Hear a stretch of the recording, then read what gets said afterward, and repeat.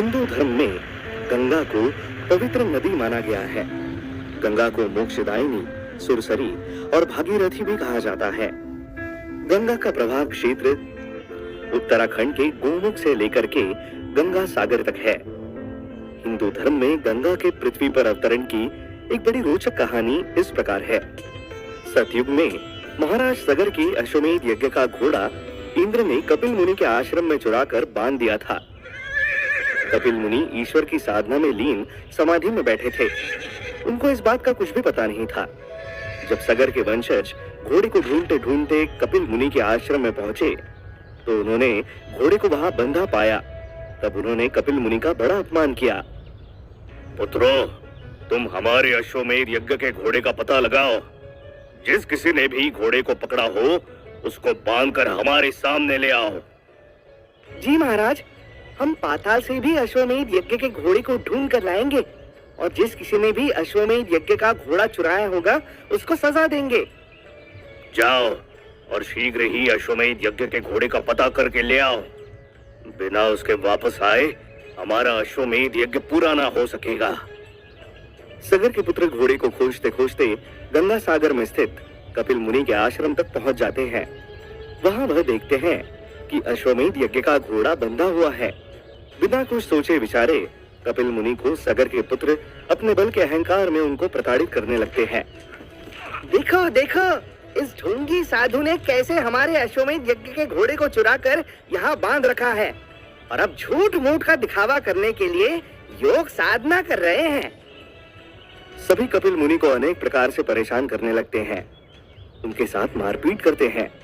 इससे उनकी समाधि टूट जाती है और जब उनकी समाधि टूटती है तो वह क्रोध में उन सभी को वहीं पर भस्म कर देते हैं।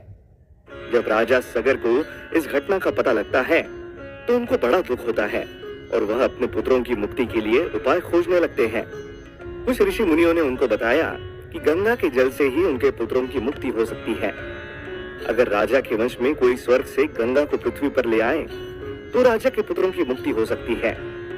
राजा सगर की कई पीढ़ियों के बाद भगीरथ हुए जिन्होंने गंगा को पृथ्वी पर लाने के लिए कठिन तपस्या की। भगीरथ की तपस्या से प्रसन्न होकर ब्रह्मा ने उनसे कहा, पुत्र भगीरथ, मैं तुम्हारी तपस्या से बहुत प्रसन्न हूँ, परंतु हमारे कमंडल में जो गंगा विराजमान है उनका वेग इतना तेज है कि वह पृथ्वी पर पहुंचते ही पृथ्वी को रसातल में खींच ले जाएगी। इसलिए तुम भगवान शंकर को प्रसन्न करो। अगर वह अपनी जटाओं में गंगा को संभाल लेंगे तो फिर मैं तुमको गंगा देने के लिए तैयार हूँ। जो आपकी आज्ञा भगवान। मैं भगवान शंकर की साधना करके उनसे प्रार्थना करूंगा कि वह गंगा को अपनी जटाओं में संभाल ले। इसके बाद भगीरथ ने भगवान शंकर की साधना की और उनको प्रसन्न करके गंगा को अपनी जटाओं में संभाल लेने के लिए प्रार्थना की। पुत्र भगीरथ, मैं तुम्हारी तपस्या से बहुत प्रसन्न हूँ। मैं तुम्हारी क्या सहायता कर सकता हूँ? हे प्रभु, मेरे पूर्वज कपिल मुनि के श्राप से भस्म हो चुके हैं।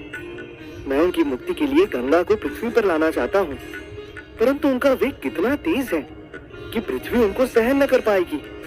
इसलिए ब्रह्मा जी ने कहा है कि अगर आप अपनी जटाओं में गंगा जी को संभाल लें तो मैं अपने पूर्वजों की मुक्ति करवाने में सफल हो सकता हूँ।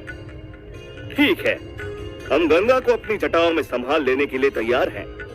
ब्रह्मा से कहो कि वह गंगा को अपने कमंडल से निकालकर हमारी जटाओं की तरफ भेज दे। इसके बाद ब्रह्मा जी ने अपने कमंडल से गंगा जी को प्रवाहित कर दिया। गंगा जी को शंकर जी ने अपनी जटाओं में उलझा लिया और फिर एक जटा से गंगा जी को भगीरथ के लिए छोड़ दिया। भगीरथ आगे आगे पृथ्वी पर चलते गए और उनके पीछे पीछे गंगा जी चलती गई। भगीरथ गंगा जी को गंगा सागर तक ले गए, जहाँ गंगा जी के प्रभाव से उनके पूर्वज तृप्त हो गए और वह स्वर्ग को प्राप्त हुए। इस प्रकार से गंगा जी का धरती पर अवतरण हुआ।